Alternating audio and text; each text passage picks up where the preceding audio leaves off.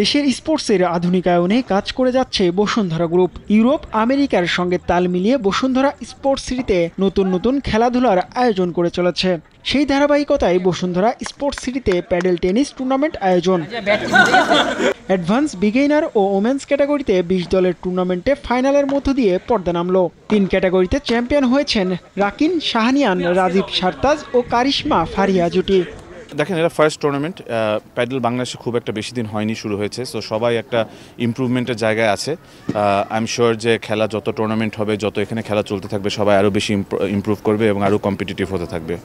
আমরা ব্যাডমিন্টন খেলি, we played squash before, so আমাদের জন্য padel was easier, but of course tricky because the bat is different, the rules are very different, but we did ইট।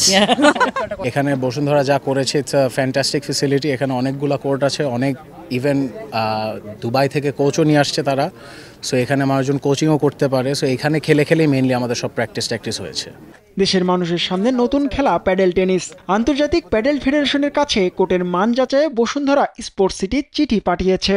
ভবিষ্যতে এখানে আন্তর্জাতিক pedal tournament হবে বলে আশা আয়োজকদের।